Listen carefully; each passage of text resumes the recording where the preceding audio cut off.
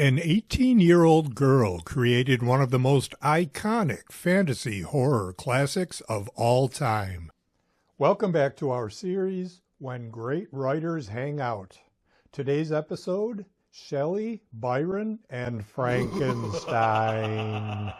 Back in 1816, an 18-year-old girl named Mary Wollstonecraft Shelley came up with a revolutionary idea for a novel that would define science fiction for centuries to come. Mary was the wife of Percy Bysshe Shelley, one of England's most lauded writers and romantic poets, known for Alastor, or The Spirit of Solitude, The Mask of Anarchy, and Adonais. The Shelleys got together often with two of their closest intellectual friends, Lord George Gordon Byron, known as Lord Byron, another prominent romantic poet of the time, famous for Don Juan and Childe Harold's Pilgrimage, and John William Polidori, an English physician, poet, and writer, known for The Fall of the Angels and Ernestus Berchtold, or The Modern Oedipus, a Tale. At one such historic gathering at the Villa Diodati in Switzerland in 1816, the four discussed galvanism and occult ideas, including the principle of life, which were favorite topics for these forward thinkers, and agreed at the suggestion of Lord Byron to each try to write a ghost story. Byron's and Percy Shelley's attempts were not significant and were lost to history. Polidori, however, did come up with his short story, The Vampyre, widely considered to be the first published modern vampire story, and a direct precursor to Bram Stoker's classic Dracula 80 years later. When Mary retired to bed that evening, she was unable to sleep due to what she described as the grim terrors of a waking dream.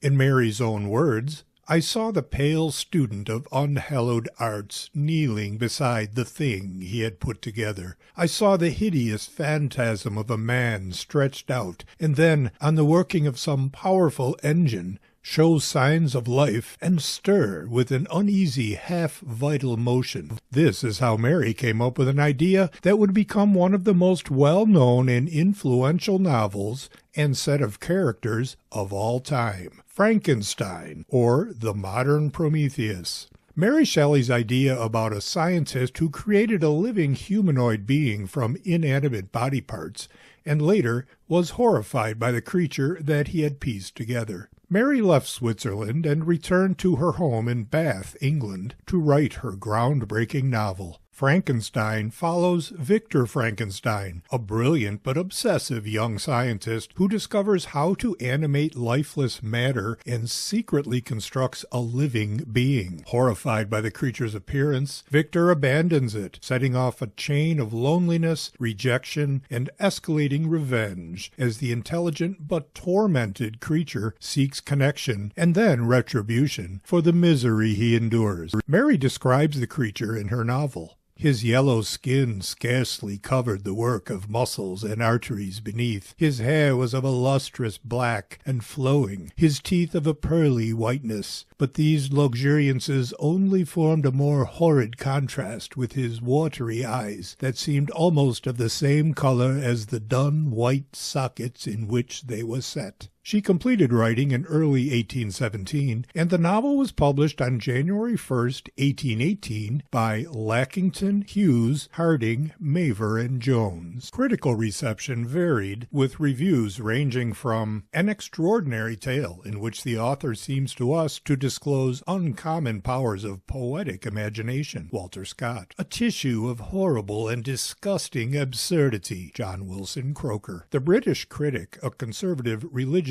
journal of the day, attacked the author herself. The writer of it is, we understand, a female. This is an aggravation of that which is the prevailing fault of the novel. But if our authoress can forget the gentleness of her sex, it is no reason why we should, and we shall therefore dismiss the novel without further comment. Misogyny was certainly prevalent in the early 19th century. Nevertheless, Mary Shelley's Frankenstein was considered an almost immediate immediate popular success. Since then, Frankenstein has become a huge part of popular culture in films and illustrated versions. Today, virtually everyone on the planet is familiar with the famous monster from Frankenstein. For many decades following the release of James Whale's classic film adaptation in 1931, starring Boris Karloff, it was the creature itself who came to be known as Frankenstein. The creature, however, can be more accurately referred to as Frankenstein's monster. According to Wikipedia, to date, Frankenstein appears in or has inspired about 480 feature films, 243 short films, 103 TV series, and 413 TV episodes, all from the brilliant mind of an 18-year-old girl who came up with an idea 200 years ago that would change literature forever.